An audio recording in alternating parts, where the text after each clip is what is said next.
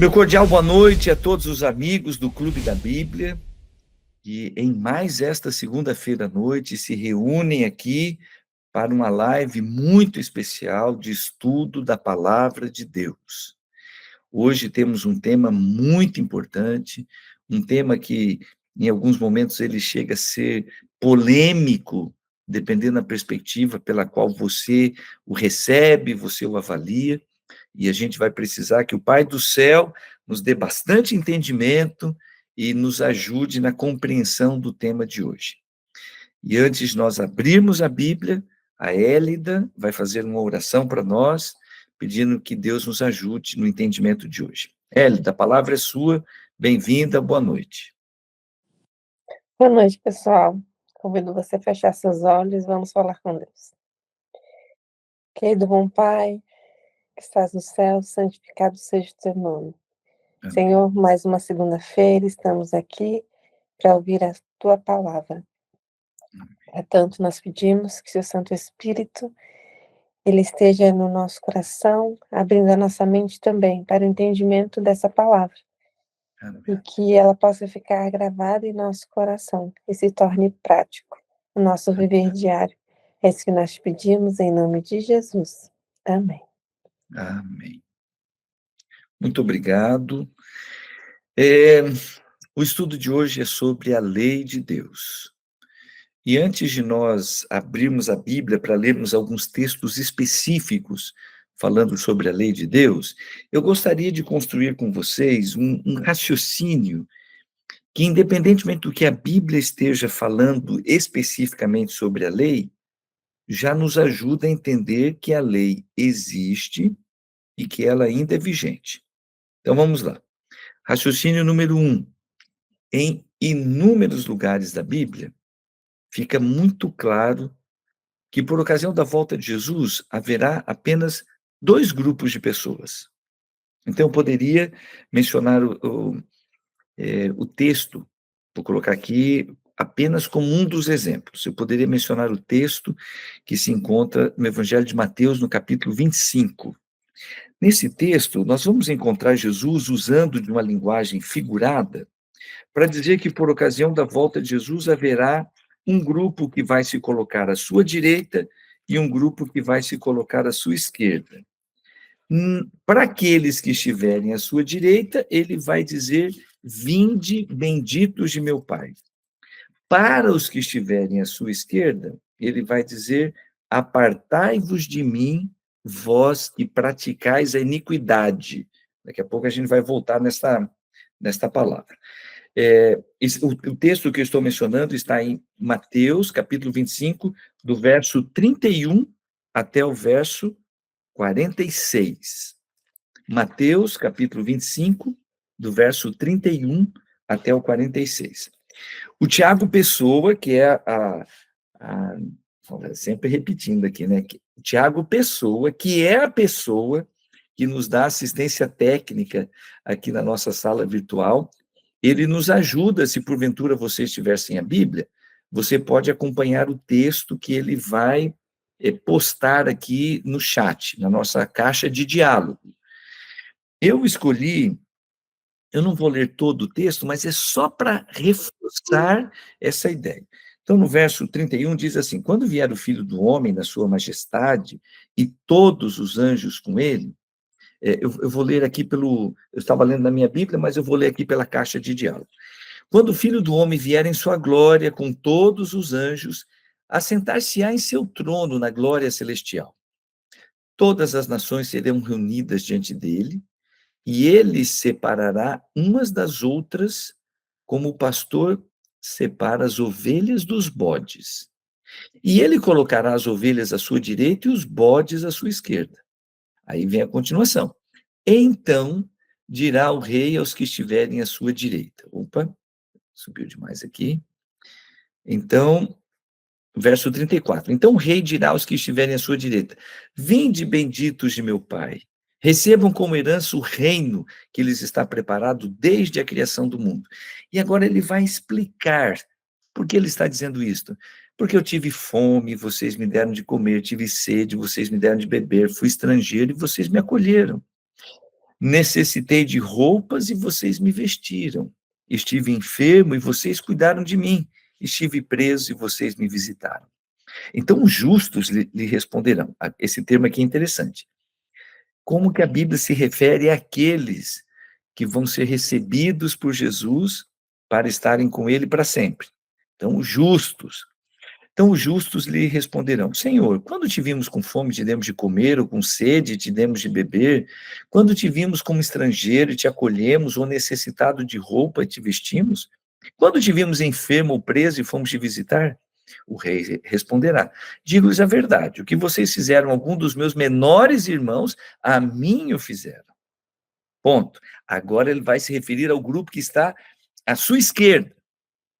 Então ele dirá aos que estiverem à sua esquerda: Malditos, apartem-se de mim para o fogo eterno, preparado para o diabo e os seus anjos. E agora ele vai justificar.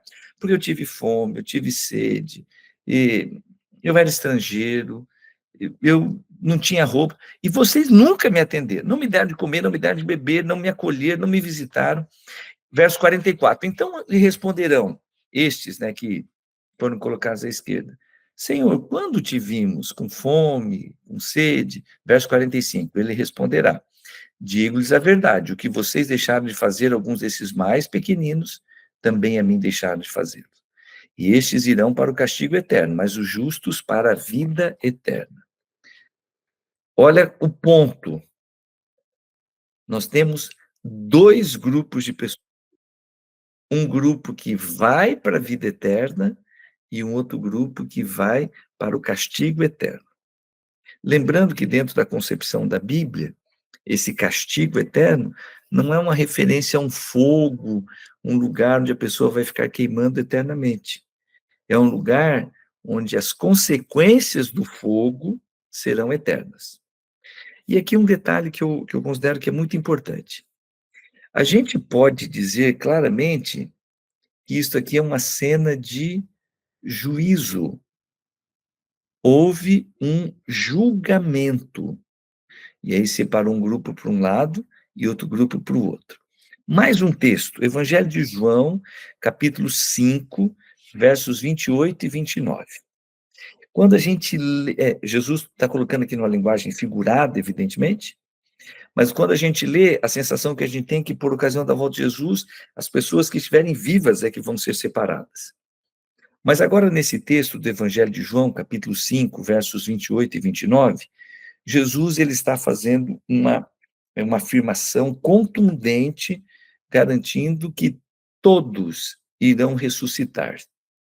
Mas agora, novamente, aquele detalhe interessante. Vai haver um grupo para uma ressurreição e o outro grupo para outra ressurreição.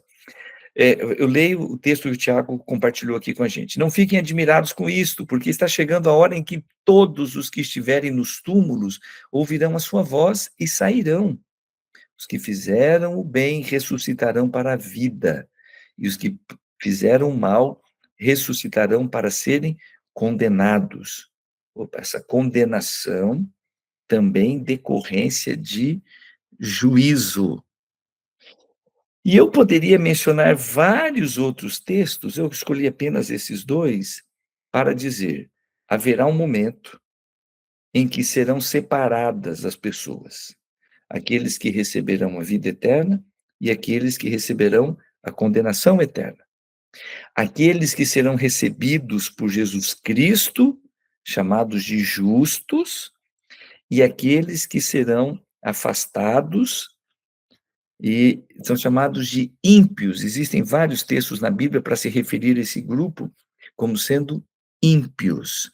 Então, conceito número 1, haverá um juízo, haverá um julgamento. Conceito número 2, o que separaria uma pessoa, um grupo do outro? E aí a gente vai mencionar aqui, basicamente, duas questões. Questão número 1, o grupo que estará sendo salvo, ele aceitou a salvação, que é um presente. A Bíblia insistentemente fica batendo nessa tecla. A salvação é um presente de Deus. Ninguém vai chegar ao céu e vai bater no peito dizendo: eu fui salvo porque eu mereci. Ninguém. As pessoas vão chegar no céu dizendo: eu fui salvo pela graça de Deus, que me perdoou. Jesus Cristo me perdoou. Eu fui salvo pela graça de Deus, porque apesar da minha condição, Ele me salvou. Eu aceitei o sacrifício de Jesus. Então, a primeira questão para qualificar quem vai ser salvo e quem não vai é aceitar a salvação em Jesus Cristo. A segunda condição, como é que a Bíblia classifica aqueles que não aceitaram a salvação em Jesus Cristo?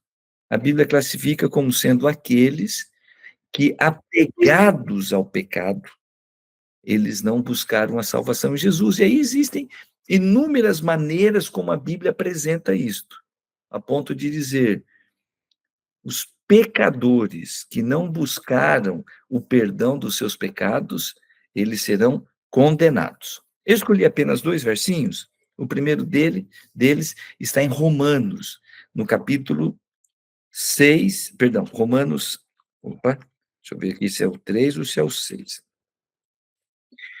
Romanos, capítulo 6 e o verso 23, onde eu gostaria de enfatizar aqui como é que a Bíblia contrasta aquele que está apegado ao pecado e aquele que se livrou do pecado com o perdão e com o poder de Deus para transformar a vida de uma pessoa. Romanos, capítulo 6 e o verso 23. E a Bíblia diz: porque o salário do pecado é a morte, mas o dom gratuito de Deus é a vida eterna em Cristo Jesus, nosso Senhor. E aqui a gente tem 2 palavrinhas. Pecado é salário, vida eterna é dom. A palavra dom, ela poderia ser melhor traduzida como presente. E olha que coisa interessante, né? O apóstolo Paulo ele está usando aqui de um recurso de ênfase na palavra. O dom, que é presente, o dom gratuito. Poxa vida, se é presente, é lógico que é de graça. Mas ele está enfatizando isso para não restar dúvida para ninguém. O salário do pecado é a morte, mas o presente de graça é a vida eterna em Cristo Jesus, nosso Senhor. Então, olha só o contraste. O salvo é aquele que toma posse da salvação, que é um presente, e ele toma posse do perdão e ele se livra da condenação do pecado. O ímpio, aquele que vai ser condenado, é aquele que continua pegado ao pecado, e ele tem o salário. Dom é presente. O que a gente faz para merecer um presente? A gente recebe o presente. A gente não é merecedor. Agora, salário, o que a gente faz para merecer um salário? Salário não é presente. Eu trabalho o mês inteiro, quando chega lá no final do mês, e aí eu recebo o meu salário, eu não digo pro meu empregador: olha, muito obrigado, viu? Você foi tão bonzinho, depois de eu ter trabalhado o mês inteiro, você me pagou. Então a gente considera que salário é algo que eu mereço, é uma consequência merecida. O salário do pecado, a consequência merecida do pecado é a morte. Agora vamos lá. Quantos são pecadores? Aí vem o texto de Romanos, capítulo 3, e o verso 23. Se a gente tivesse que classificar, quem é pecador? Quem é merecedor de receber a condenação? Em Romanos 3, verso 23, ele traz uma afirmação que deixa a gente meio desanimado. Graças a Deus, porque a gente leu primeiro Romanos 6, verso 23. Mas Romanos 3, verso 23, diz que todos pecaram e estão separados, estão destituídos da glória de Deus. Se é o pecado que gera condenação e todos pecaram, então só existe uma saída para mim, que é ser perdoado, que é ser salvo pela graça de Deus. É um presente de Deus que eu aceito. Um outro texto para a gente fechar essa ideia de que a salvação é um presente. Nós vamos ler o texto de Efésios, capítulo 2, uma carta que o apóstolo Paulo escreveu para a igreja de Éfeso. Efésios, capítulo 2, e nós vamos ler do verso 8 até o verso 10. Efésios, capítulo 2, do verso 8 até o verso 10. Tiago vai compartilhar aqui com a gente, e eu quero ler esse texto que, mais uma vez, vai enfatizar a graça de Deus. Olha que coisa linda que está escrito aqui. Porque vocês são salvos pela graça, por meio da fé. E isso não vem de vocês. É dom de Deus. Dom é presente. Não vem por obras, para que ninguém se glorie. A salvação não é por algo que eu faço para eu me gloriar, para eu bater no peito dizendo, viu, fui eu que conquistei, eu mereço. E o verso 10, porque nós somos criação de Deus realizada em Cristo Jesus para fazermos boas obras, as quais Deus preparou de antemão para que nós as praticássemos. E aqui eu quero destacar esse contraste que o apóstolo Paulo faz. Quando ele diz que a gente é salvo pela graça, mediante a fé, e não é por obras. Mas aí no verso 10 ele diz, mas Deus, né, ele realiza a obra em nós a ponto de nós sermos uma nova criatura. Deus, nós somos criação de Deus, realizada em Cristo Jesus, nós somos transformados por Cristo Jesus, para praticarmos, para fazermos boas obras, as quais Deus preparou de antemão. Então, veja só, de acordo com esse texto, as boas obras que nós praticamos, elas não são uma condição para a salvação, porque a salvação é um presente e não vem das obras, porque eu não sou merecedor, é pela graça de Deus. Então, as obras, as boas obras, elas não são uma condição para a salvação. Elas são uma consequência da salvação. Nesse texto, o apóstolo Paulo está dizendo, vocês foram salvos. Deus criou vocês de novo em Jesus Cristo para vocês andarem num caminho de boas obras. Todas as vezes que a gente percorre nos evangelhos, as cartas do apóstolo Paulo, quando a gente chega nessa ideia de boas obras, a gente pode atribuir a elas dois significados, mas tem um que é o principal. O significado número um é como naquelas palavras de Jesus. As boas obras são as coisas que eu faço, seguindo o modelo de Jesus Cristo, para abençoar outras pessoas. Então, Jesus está dizendo, eu tive fome, vocês me deram de comer, eu tive sede, vocês me deram de beber, eu era forasteiro, vocês me acolheram, eu não tinha roupa, vocês me deram, eu estava na cadeia, vocês foram me visitar, eu estava doente e vocês me ampararam. Essas boas obras, seguindo o exemplo de Jesus Cristo, elas são chamadas também de boas obras. Mas, especialmente nas cartas do apóstolo Paulo, a gente entende que boas obras, que é aquilo que caracteriza a vida de um justo, as boas obras significam obediência. Obediência à vontade de Deus. Então, olha que coisa interessante. A salvação é um presente que Deus nos dá, ele nos livra da condenação e da culpa do pecado, e ele oferece para nós um caminho de obediência, para que a gente tenha uma vida caracterizada por boas obras. E essas boas obras podem ser coisas efetivas que eu faço em favor de alguém, ou pode ser caracterizado como obediência à vontade de Deus, nas pequenas e nas grandes coisas. A título de exemplo, será que Deus se preocupa com o que eu como? E a Bíblia diz que sim. A Bíblia diz que o nosso corpo é templo do Espírito Santo.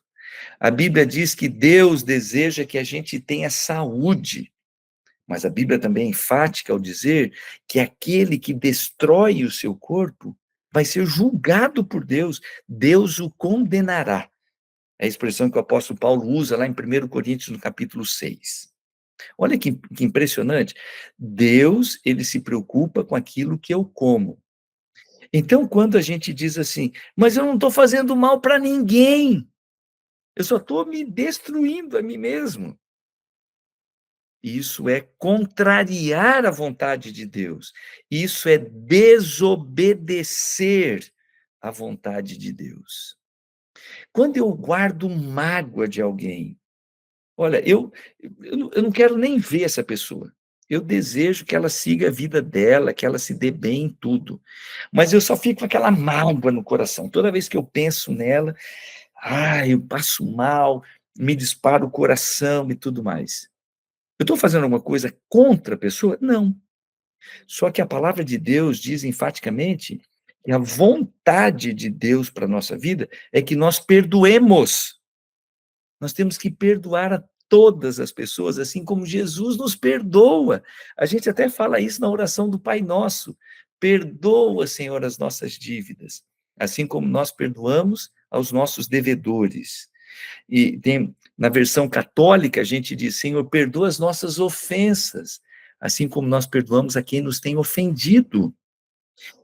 É vontade de Deus para a minha vida que eu perdoe, mesmo que isso não faça mal para ninguém. Então, veja, boas obras na Bíblia não é apenas obras de caridade. Boas obras é um sinônimo de obediência à vontade de Deus, em coisas que dizem respeito às outras pessoas e em coisas que dizem respeito unicamente a nós mesmos. Tudo aquilo que eu faço que contraria a vontade de Deus está fora das boas obras. Tá, eu preciso fechar esse conceito introdutório aqui. As boas obras não são condição para a salvação, elas são uma consequência da salvação. Aqueles que aceitaram o presente da vida eterna, eles demonstram que eles estão salvos, vivendo num caminho de obediência à vontade de Deus. Esse é um ponto muito importante. E é tão importante que Jesus disse que isto é o que caracteriza aqueles que são salvos. Podemos ler esse texto? Está no Evangelho de Mateus, no capítulo 7, do verso 21 até o 23. Eu uso esse texto quando eu vou falar sobre diversidade religiosa. Nós temos hoje muitas religiões, e nós temos algumas pessoas que se dispõem a praticar o bem, e elas dizem, eu estou fazendo isso em nome de Jesus. Mas aí Jesus, ele vem, mais uma vez aqui, é um texto onde é simbolizado o juízo, aí mais uma vez Jesus, ele vem e ele coloca a importância que existe de praticarmos a vontade dele. Compartilhou aqui, obrigado, Tiago, eu já posso ler aqui na nossa caixa de diálogo, aqui no chat. Nem todo aquele que me diz, Senhor, Senhor, entrará no reino dos céus, mas apenas, quem é que vai entrar no reino do céu? Essa frase aqui é importantíssima, mas apenas aquele que faz a vontade do meu Pai que está nos céus. Muitos me dirão naquele dia, Senhor, Senhor, não profetizamos nós em teu nome? E em teu nome não expulsamos demônios e não realizamos muitos milagres? Então eu lhes direi claramente, nunca os conheci. Afastem-se de mim, vocês que praticam o mal. Esse texto, para mim, ele chega a ser assustador. Muitos, naquele dia do encontro com Jesus, no dia, vou colocar entre aspas aqui, no dia do juízo, eles vão se encontrar com Jesus e eles vão dizer, Senhor, a gente fez tantas coisas boas, nós éramos religiosos, em nome de Jesus, a gente até milagres a gente realizava. E Jesus disse assim, isso para mim não importa. Porque aquilo que realmente importa não é quem fica me chamando de Senhor, mas é aquele que faz a vontade do meu Pai que está no céu. Fazer a vontade de Deus é chamado na Bíblia de obediência. O que seria o contrário? Não praticar a vontade de Deus, não viver de acordo com a vontade de Deus, seria chamado como? Que nome a gente dá a uma ação que contraria a vontade de Deus? Eu estou associando aqui que praticar a vontade de Deus também é chamado na Bíblia de boas obras.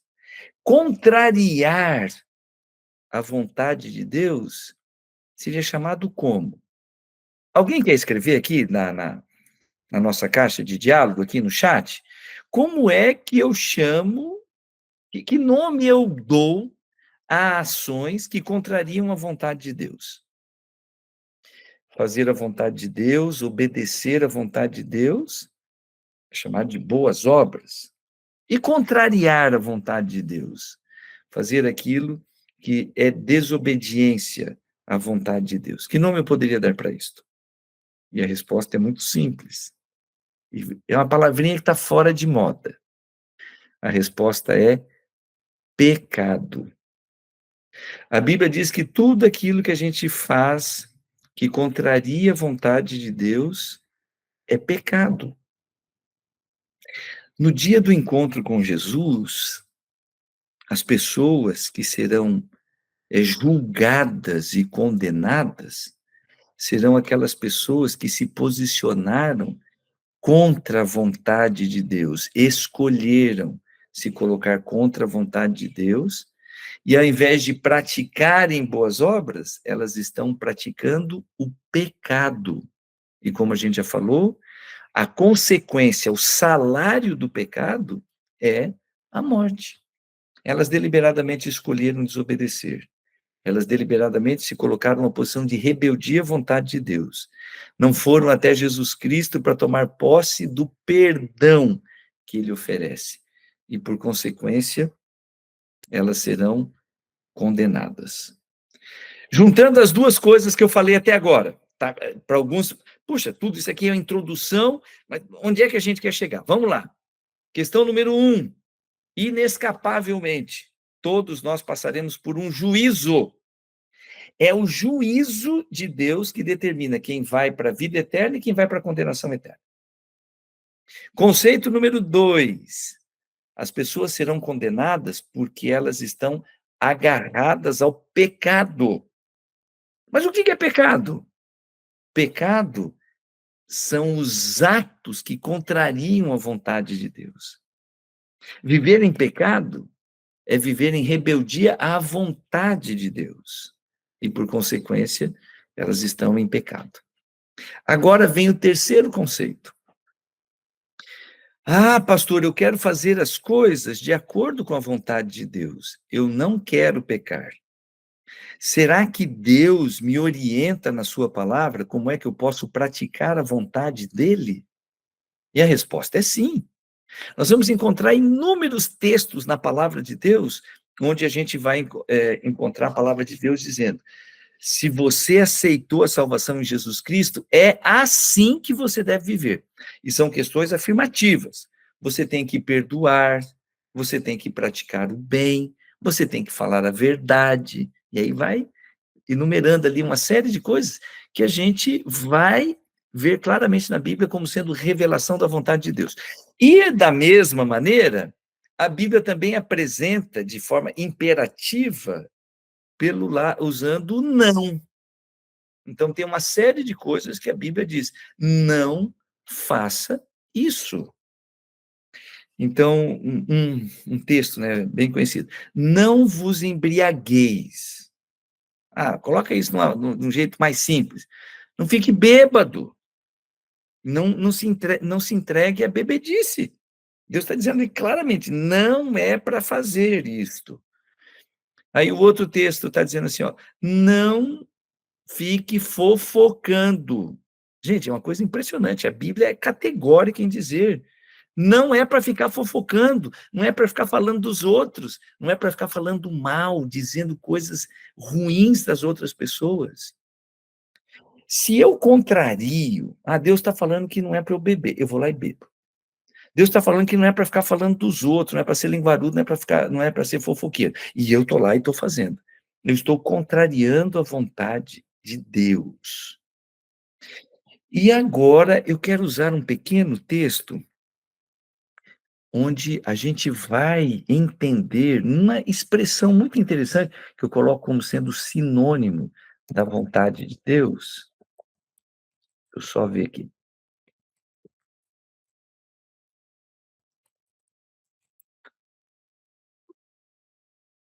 1 João, capítulo 3. É a carta que o apóstolo João escreveu, capítulo 3, e a gente vai ler o verso 4. 1 João, capítulo 3, e o verso 4. Em inúmeros lugares a gente vai encontrar a expressão vontade de Deus. Quem encontraria a vontade de Deus está pecando. Mas nesse texto da Bíblia, nesta frase da Bíblia, eu encontro uma definição muito interessante aqui. 1 João capítulo 3, verso 4. Todo aquele que pratica pecado, ou seja, todo aquele que contraria a vontade de Deus, todo aquele que pratica pecado transgride a lei. De fato, o pecado é a transgressão da lei. Pecado é a transgressão da lei. Qual lei? Da lei de Deus.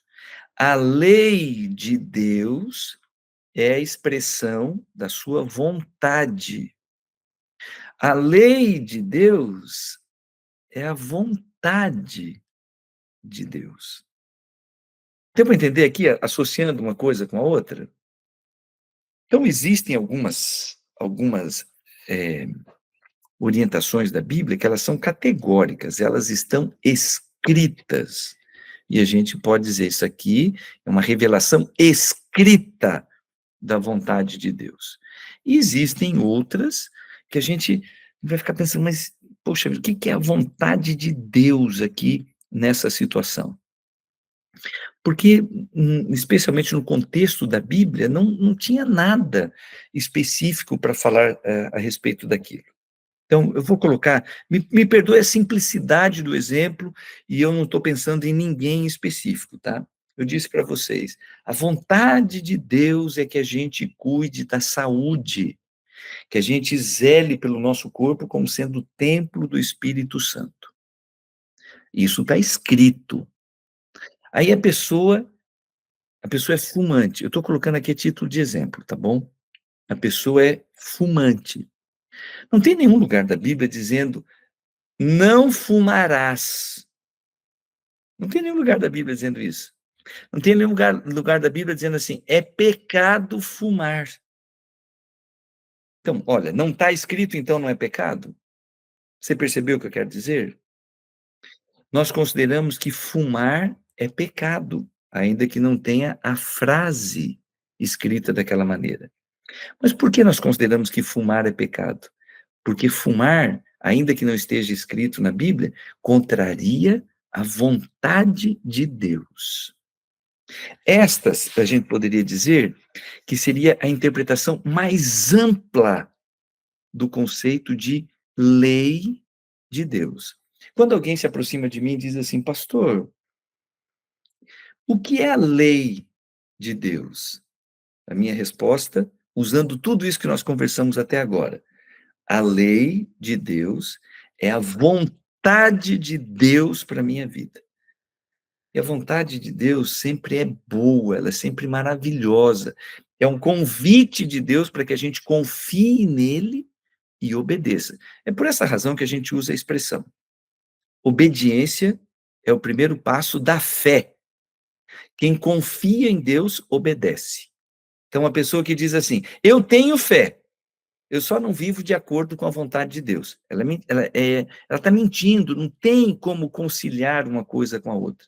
Se a pessoa diz, eu tenho fé, ela está dizendo, eu obedeço. Eu confio em Deus, eu dependo dele, e eu tenho uma vida de obediência. Porque o primeiro passo da fé é obediência.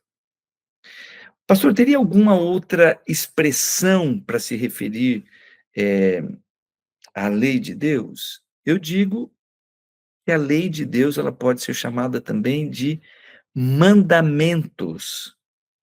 Os mandamentos de Deus. São ordens de Deus. E a gente vai encontrar isso diversas vezes na Bíblia. Alusão aos mandamentos de Deus. Eu quero convidá-los para lerem comigo um texto que está no Evangelho de João, capítulo 14. Evangelho de João, capítulo 14, e o verso 15. É um texto bastante conhecido, mas que merece a gente repeti-lo. Evangelho de João 14, verso 15. Jesus está conversando com seus discípulos, é a última noite de Jesus com seus discípulos, e em dado momento da conversa, ele disse esta frase: se vocês me amam, obedecerão aos meus mandamentos. Ele poderia ter dito: se vocês me amam, vocês obedecerão à minha vontade. Até porque foi o próprio Jesus que disse, naquele dia muitos me dirão, Senhor, Senhor, nós fizemos tantas coisas em teu nome, e Jesus vai dizer, nem todo que me diz Senhor, Senhor, herdará o reino dos céus, mas aquele que faz a vontade do meu Pai. E agora ele está dizendo, se vocês me amam, vocês guardarão os meus mandamentos. Isto aqui é para a gente pensar. Será que a Bíblia apresenta os mandamentos de Deus para nós? E se você, independentemente de qual seja a sua religião, se você encontrasse alguém e essa pessoa perguntasse para você assim: eu gostaria de conhecer a vontade de Deus, eu gostaria de conhecer os mandamentos de Deus. Tem algum lugar onde eu poderia encontrar isto? Aí você vai dizer assim: opa, me lembrei aqui de um texto, que são palavras de Jesus respondendo para um camarada qual é o maior dos mandamentos. E o que eu tenho que fazer para que eu possa guardar os mandamentos? Eu quero convidá-los a acompanhar o texto que está em Lucas, no capítulo 10. Lucas, capítulo 10.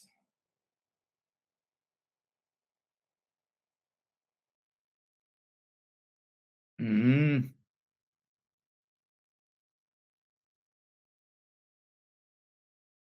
Encontraram?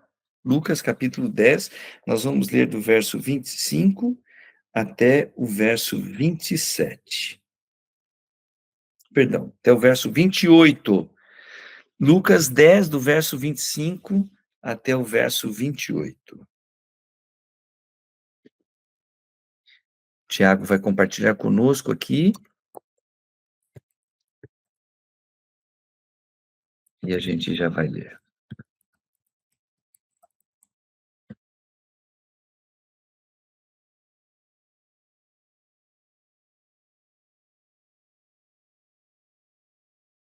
Eu leio aqui. Certa ocasião, um doutor da lei, nessa versão é dito, um perito da lei, referindo-se à Bíblia. Esse é um termo também que se utilizava para falar da Bíblia do Antigo Testamento. Certa ocasião, um doutor da lei levantou-se para colocar Jesus à prova e perguntou: Mestre, o que é preciso fazer para herdar a vida eterna? Aí Jesus respondeu: O que está escrito na lei? Respondeu Jesus: Como você a lê? E ele respondeu: Na lei, né, na Bíblia, está escrito: ame o Senhor seu Deus de todo o coração, de toda a sua alma, de todas as suas forças e de todo o seu entendimento. E ame o seu próximo como a si mesmo. Disse Jesus: Você respondeu corretamente. Faça isso e viverá. Quando eu quero saber sobre os mandamentos de Deus, Por onde eu começo? Eu começo por esse texto aqui. Eu começo pelo amor. Eu quero ler um outro texto que vai confirmar isso daqui. Evangelho de Mateus, capítulo 22. Deixa eu só confirmar exatamente aqui qual é o verso. Mateus, capítulo 22, é uma outra ocasião em que Jesus vai responder essa pergunta. Mateus, capítulo 22,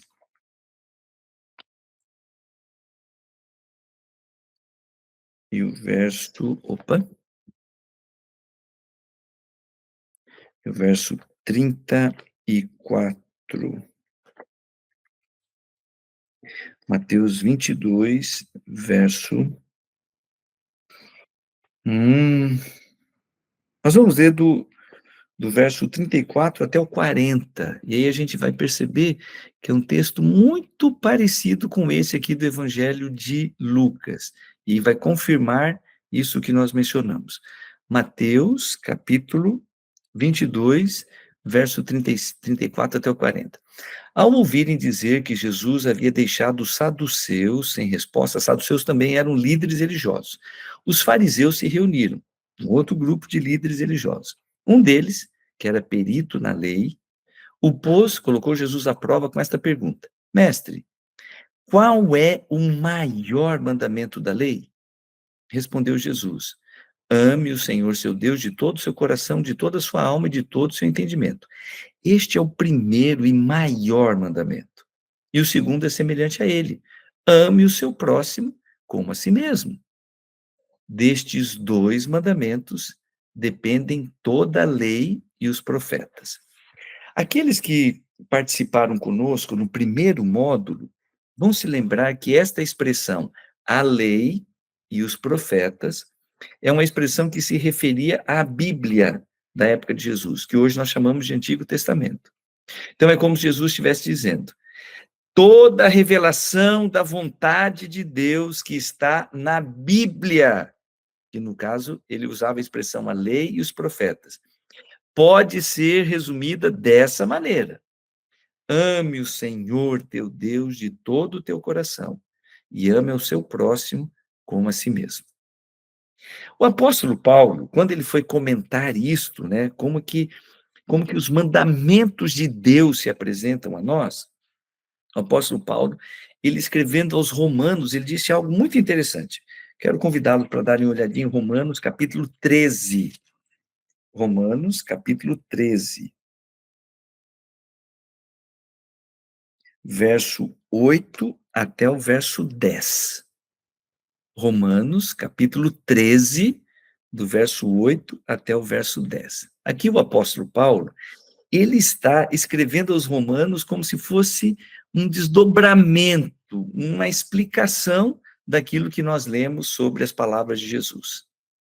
Não devam nada a ninguém. Quando a gente pensa assim, na vontade de Deus, não é para dever nada para ninguém. Não devam nada a ninguém, a não ser o amor de uns pelos outros. Pois aquele que ama o seu próximo tem cumprido a lei. Está cumprindo a lei de Deus, está cumprindo a vontade de Deus. Porque estes mandamentos, ele está mencionando mandamentos específicos, porque estes mandamentos, não adulterarás, não matarás, não furtarás, não cobiçarás, e qualquer outro mandamento, todos se resumem neste preceito: ame o seu próximo como a si mesmo. Quem disse isso? Jesus disse isso, que é para a gente amar o próximo como a nós mesmos. E ele está se referindo à Bíblia, Jesus está dizendo, está escrito na Bíblia, lá da época de Jesus: ame a Deus e ame o seu próximo. E aí no verso 10 diz: o amor não pratica o mal contra o próximo, portanto, o amor é o cumprimento. E aqui, vamos lá, para a gente poder fechar essa primeira parte aqui. Pecado é transgressão da lei. O que é lei? Lei é a vontade de Deus para a nossa vida. Tá, mas a Bíblia não fala sobre os mandamentos da lei de Deus? Fala, claro que a Bíblia fala. É onde a lei de Deus, onde a vontade de Deus, ela é revelada por escrito. E como é que eu poderia resumir a lei de Deus? Perguntaram isso para Jesus: qual que é o maior dos mandamentos? E aí Jesus disse: é o amor. Mas olha que coisa interessante. Naquele texto que nós lemos lá do Evangelho de Mateus, Mateus 22, 34 em diante, Jesus respondeu: ame a Deus de todo o teu coração, com todas as tuas forças, com todo o teu entendimento. Esse é o primeiro, é o mais importante dos mandamentos. O outro, que é semelhante a este, é ame o seu próximo como a você mesmo. Quando o apóstolo Paulo foi explicar como é que eu posso amar o meu próximo como a mim mesmo, porque ele falou, aquele que ama o seu próximo está cumprindo a lei. Então, ele foi explicar como é que a gente ama o próximo. Ele mencionou os mandamentos da lei de Deus. Alguém sabe me dizer onde é que estão escritos esses mandamentos aqui? Não adulterarás, não matarás, não furtarás, não cobiçarás. Onde é que isso aqui está escrito? Alguém sabe me dizer? Então, para a gente ganhar tempo, a gente já vai lá na Bíblia e a gente vai ler onde é que estão escritos estes mandamentos aqui que o apóstolo Paulo mencionou, que se referem à prática do amor ao próximo. Se eu amo o meu próximo, eu vou praticar esses mandamentos. Isto é lei de Deus para a minha vida. Êxodo, capítulo 20, e nós vamos ler a partir do verso 12. Êxodo, capítulo 20, a partir do verso 12. E aí vocês vão entender de onde é que o apóstolo Paulo tirou esses textos que estão mencionados, até o verso 17, Tiago. Êxodo 20, do verso 12 até o verso 17. Aí vocês vão entender de onde é que o apóstolo Paulo tirou os mandamentos, que são a expressão aí da vontade de Deus, que são a expressão da lei de Deus. Eu leio, são 6 mandamentos aqui, tá bom? Verso 12, honra teu pai e a tua mãe, a fim de que tenhas vida longa na terra que o Senhor teu Deus te dá. Não matarás, não adulterarás, não furtarás, não darás falso testemunho contra o teu próximo, não cobiçarás a casa do teu próximo, não cobiçarás a mulher do teu próximo, nem seus servos ou servas, nem seu boi ou jumento, nem coisa alguma que lhe pertença. Não cobiçarás. Em resumo, o 10º mandamento está dizendo, não cobiçarás. Então, onde é que eu quero chegar? Eu quero chegar no ponto de dizer assim, ó, Jesus resumiu os 10 mandamentos dizendo, ame a Deus de todo o teu coração, ame o teu próximo como a você mesmo. O apóstolo Paulo, explicando esse texto, ele falou, não deva nada para ninguém. Você tem que amar ao seu irmão, porque amar o irmão é cumprir a lei de Deus. E aí ele foi explicar. Então, quem ama o irmão, ele guarda os mandamentos. E os mandamentos são estes. Aí ele faz menção aos 10 mandamentos. Na menção que ele fez aqui, não adulterarás, não matarás, não furtarás, não cobiçarás, ele mencionou 4 mandamentos dos 6 que nós lemos. Ele não falou da obediência aos pais e ele não falou do falso testemunho. Ah, então isso não são mandamentos? Claro que são, eles estão expressos na Bíblia em inúmeros lugares.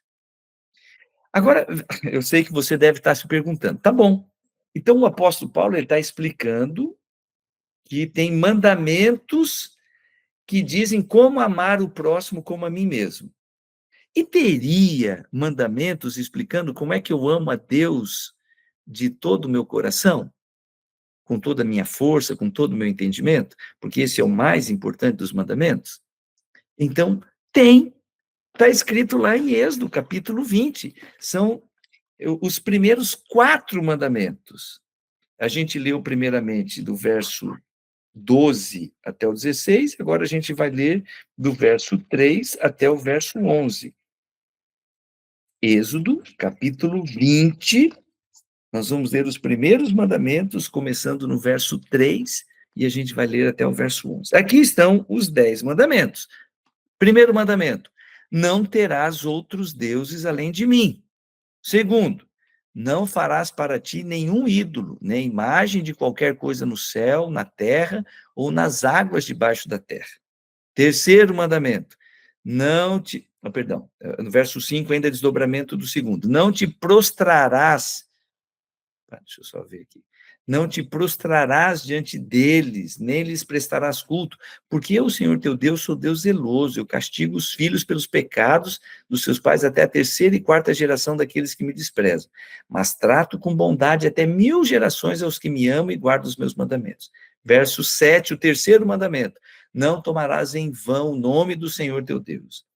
Verso 8, aí do 8 até o 11, lembra-te do dia de sábado para santificá-lo. Trabalharás 6 dias e neles farás todos os teus trabalhos. Mas o sétimo dia, o sábado, dedicado ao Senhor teu Deus. Nesse dia não farás trabalho algum, nem tu, nem teus filhos ou filhas, nem teus servos ou servas, nem teus animais, nem os estrangeiros que morarem em tuas cidades. Primeiro mandamento, não terás outros deuses diante de mim. Segundo mandamento, não farás para ti imagem de escultura. Terceiro mandamento, não tomarás o nome do Senhor teu Deus em vão. Quarto mandamento, lembra-te do dia de sábado para o santificar.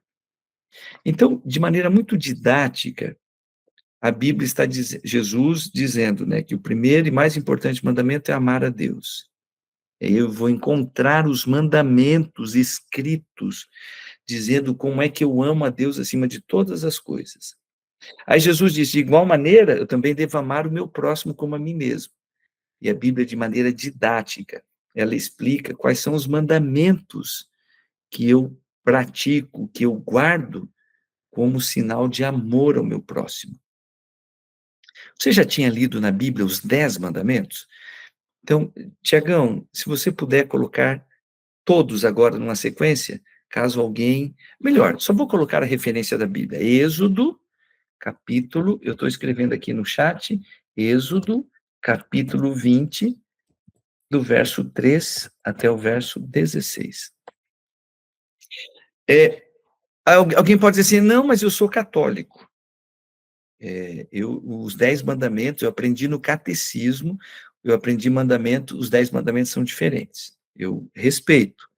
Mas se você é católico e você tem uma Bíblia, o lugar onde nós vamos encontrar os 10 mandamentos é esse aqui. Tem uma repetição dos 10 mandamentos em Deuteronômio capítulo 5. Mas a gente sempre usa o texto de Êxodo capítulo 20.